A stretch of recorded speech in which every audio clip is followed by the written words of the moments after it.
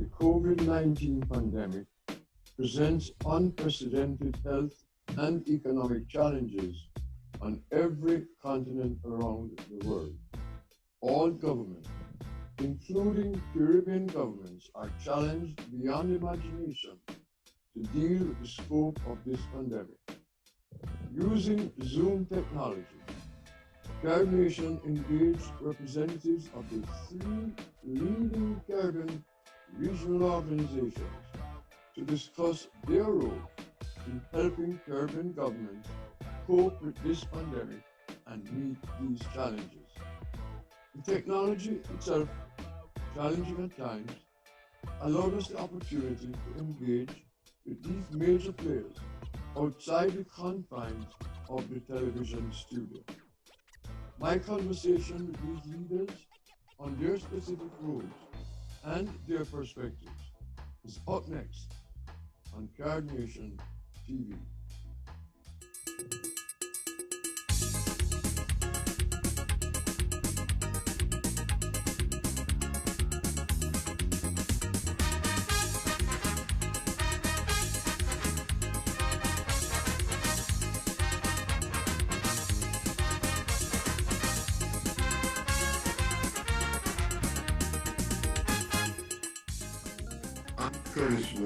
Host of CaribNation TV and publisher of the Ward Post. Today we're going to be discussing the Caribbean response to the COVID-19 pandemic. We have our guests, three individuals who are on the front line of fighting the COVID-19 pandemic throughout the Caribbean on a regional basis. First, I'll introduce Dr. Joy St. John, Executive Director of the Caribbean Public Health Agency. Dr. St. John, welcome. Thank you. Next, Dr. Douglas Slater, Assistant Secretary General of CARICOM and Head of the Human and Social Development Department within CARICOM. Welcome, Dr. Slater. Thank you, Ambassador. And we have with us Professor Dr. Clive Landis, Chairman of the University of the West Indies COVID-19 Task Force. Welcome, Dr. Landis. Thank you very much, Ambassador. We are faced with what I consider to be an unprecedented, at least in my lifetime, a pandemic which is so severe that it is stressing the health systems and the economies of all countries around the world. The Caribbean is no exception.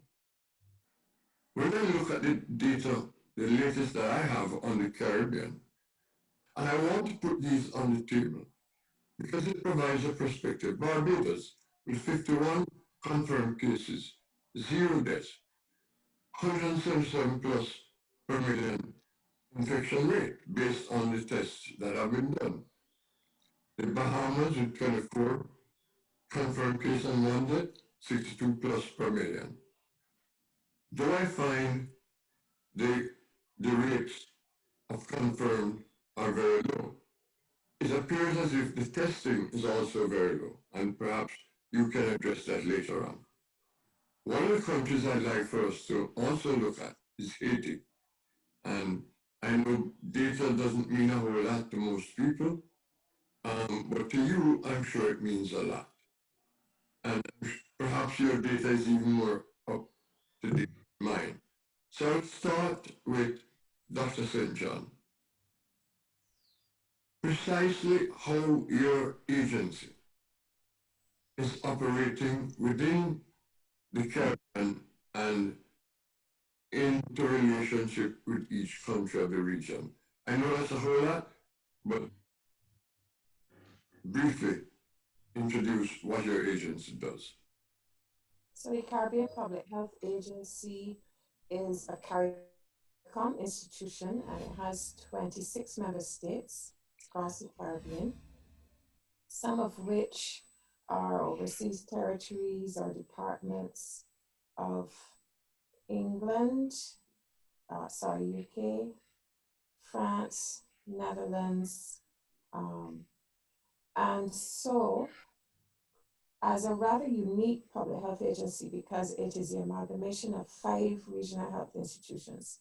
So we have a very broad remit as espoused by the intergovernmental agreement that we have signed with each of those member states. From January 4th, CARPHA started working with the chief medical officers of the region on a health response. Further, because we are a CARICOM institution, the head of conferences of the heads of government of CARICOM, the Honorable Mia Motley, mandated that CARICOM should have a coordinated response. And so, although we are leading the health response, we have been working with many other CARICOM institutions and entities outside of CARICOM, including the University of the West Indies, on as coordinated a response as possible. Specific to CARPHA, CARPHA has been giving guidance in the form of written guidelines, a situation report every other working day, so 3 days of the 5-day working week. We are also doing testing for 18 of those member states with PCR. And we have been working with the countries to ensure that not only do we have guidance, but their interpretation and how it works with the specific sectors. We have been supporting the development of the plans and the response of the specific sectors. I speak of security. Also, we have worked with tourism because CARPHA has a tourism and health program. So we've been not only looking at the health response and making sure that we follow the WHO data, but we've been Caribbeanizing it and interdigitating with many of the key sectors that are needed for a whole of government response. Dr. Slater, will you care to give us a synopsis of the role that you're playing and CARICOM is playing in this pandemic? Thank you. So the CARICOM Secretariat headquarters in Guyana, our main function is one of coordination of the responses between member states, and CARICOM has 15, which are 14 are independent member states plus Montserrat. So we coordinate the responses between these member states, our regional institutions, of which CARPHA is the lead in this case, but you have heard of the others, some very important ones being CDEMA, the Caribbean Disaster Emergency Management Agency, and certainly COVID qualifies as a major disaster. Also, the impacts, which is the implementing agency for crime and security, because as we all know, this pandemic has multifaceted implications on almost every aspect of our lives. So as Dr. St. John has been saying, very early, the CARICOM Secretariat has been working very closely with CARPHA and many of these institutions. The chair, we started with by convening a meeting of our ministers of health. And since then, we have had several meetings, including meetings of heads of government, regional institutions, and Professor Landis has participated in some of these. And we continue to hold these meetings regularly to keep all the stakeholders updated. I must say that the regional, the Pan American Health Organization has been a pivotal partner in this too, as the representative of the Americas for the WHO, and we have been working very, very closely with them. Professor Landis, as chair of the UII COVID-19 task force, please explain for us what your role and the role of the task force is. Yes, I'm happy to do so, Ambassador. So the university has for a long time um, supported Caribbean countries after disasters, and people know that if there's a hurricane, the university will come in, will offer counseling support on the first line. They will send in engineers, water experts to ensure that the environment is safe, etc. So these are the kinds of things that we've been doing basically since Storm Erica affected Dominica. This has become a bit of a system. So we decided at the Zika task during the Zika epidemic to do the same for health epidemics. And I was chair of the UV Zika task force back in 2016. And so I'm now reprising my role ahead of a new task force, which is obviously constituted with different sets of experts. So whereas with Zika, we might have had pediatricians and neurologists, here, we have vets, zoologists, virologists, psychologists, and critical care physicians. So our job is to try and bring that expertise that we have, a very wide wingspan of expertise that the university has, and to bring it to the region and to help the agencies, the national ministries and the agencies like CARPHA, like CARICOM, like CIDEMA, the Caribbean Disaster and Emergency Management Agency, uh, to bring value to their jobs. There are three agencies here that we're dealing with, and each one has different roles and different lanes, but there are a lot of necessity for overlapping and coordination and collaboration. Whose responsibility it is to coordinate most of what? Is it CARPHA or CARICOM? There are many centers of coordination. And from the perspective of health coordination, and I'm talking about public health mainly, but also we have given guidance on clinical management. From the perspective of health coordination, CARPHA already has a role being part of the security cluster and also given to it by the heads of government a role in supporting regional coordination mechanism on health security. So from the health security perspective, CARPHA has been leading on that coordination. Remember, I said that I lead the health sector. And the guidance that we have will therefore penetrate down into the countries that they can use this along with the guidance of PAHO and WHO for executing the health aspect. As a part of the security cluster, health joins the coordination of that, but does not lead the coordination. And from the disaster perspective, CIDEMA, we interdigitate with CIDEMA. From the security perspective, we interdigitate with impacts, which now leads the security cluster. And then, as ASG said, when there is a CARICOM level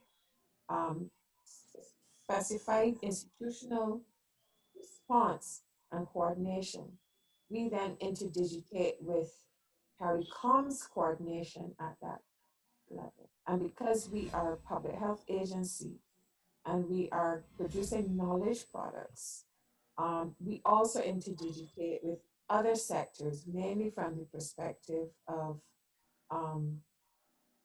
advocacy and awareness. But I want to say that the University of the West Indies is playing a critical role in supporting us with guiding the countries in clinical and medical management. Because the University of the West Indies has specific professors chosen by the countries because the expert advisory group that I'm referring to has practicing physicians drawn from the member states on it, and some of them are University of the West Indies professors. So the University of the West Indies actually has fingers in many of the pies that are being cooked for this COVID Caribbean response. Professor Landis, could you tell us a little bit more about that? Yes. So the advisory panel she referred to would have eminent pulmonologists, for example, Professor Terence Seamangle. He's the Dean of the Faculty of Medical Sciences in St. Augustine in Trinidad. And uh, these are persons who would bring their expertise in a particular field to bear with CARICOM, in this case, in clinical medicine. We also would have persons who, for example, are epidemiologists and expert modelers. So they might be helping at a country level to assist countries in modeling their epidemic, to try and predict, what are the demands going to be on peak beds, hospital beds, and critical care beds, and other aspects of the epidemic. Um, so we also have a laboratory group, which is quite active, and a number of the persons who would actually be part of the lab network that Joy has already referred to, um, they would have connections with the university as well. So, for example, just on a personal level, I feel like my father really, the uh, acting head of the Barbados National Public Health Laboratory. She's my PhD student. So these are the kinds of ways in which the university is deeply enmeshed in the response to COVID-19 um, uh, at a number of levels. And I should say that we are actually expanding our task force again, and for what I see as the critical phase of the epidemic, because really we've been a few weeks behind, uh, for example, Western Europe and North America.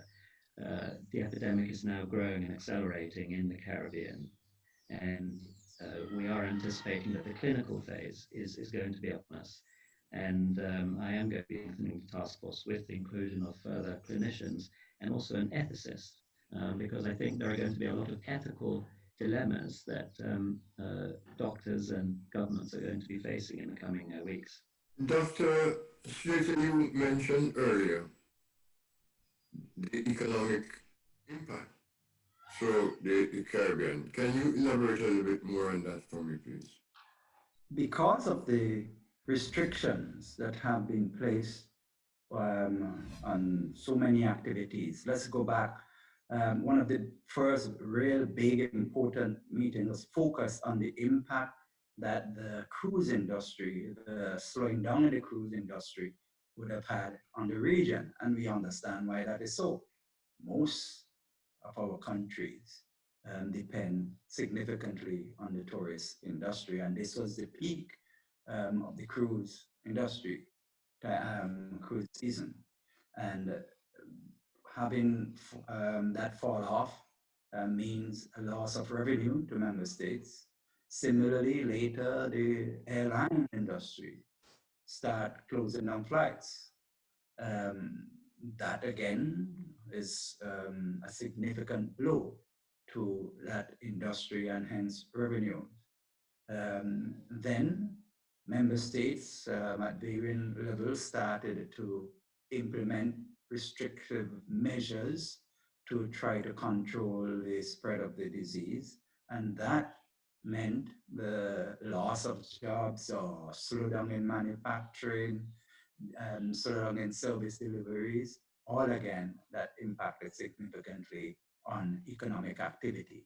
And already we are seeing some acute outcomes, but we are worried that in the next few months that the impact will be even more visible, and I could imagine that our member states, not imagine, I know the leaders are really concerned, and they will be busy trying their best. Some member states have already announced packages to respond to it, to ease the burden, and especially on the most vulnerable, but so too on the drivers of the economy, the private sector, etc. But we are poor, small island developing states and lowland countries, and we do not have the financial reserves as some bigger countries, and even the bigger countries with the reserves are finding it difficult to do so. So indeed, and that's why at the preparation for the meeting um, with the finance ministers and the international financial institutions, we were informed that the estimated impact, at least up to then, they estimated, I think it was 2.5 or 2.6 billion US dollars due to all these loss of revenue, and the general economic impact can be across the region as much as that. So it is very worrying. And you know, Ambassador, earlier you mentioned about Haiti, and Haiti is our most populous CARICOM member state. Um, Unfortunately, the integration of Haiti into our activities is not as optimal as you would like. And when Dr. St. John was and Prof. Landis were explaining their roles, um, I just want to reiterate the role of CARICOM is to really pull in, to coordinate all responses. And at least we have been able, for example, to pull the policymakers, in this case, the Minister of Health of Haiti, into one of these meetings. But a lot of what we're doing quite often, unfortunately, does not sufficiently include Haiti, and not necessarily because we do not try to reach out to them, but they have some peculiar situations which make it a little challenging. One, two, maybe the language, but we have Suriname also. And maybe I may use this opportunity to inform. I know that there is a group of universities, tertiary institutions of the region, and it might be useful for the UWI, which is, let us say, our lead institution in the region, to not to to forget not to forget that linkage with the universities in Suriname and Haiti and other universities in the region, which may have a very important role to play also. And that's one of the role of us to try and coordinate all of that. Dr. St. John, I noticed there are different levels of testing throughout the Caribbean, and perhaps you could address that for us. Okay, so the first thing that we need to know is that we are following in the Caribbean the overall WHO testing protocol.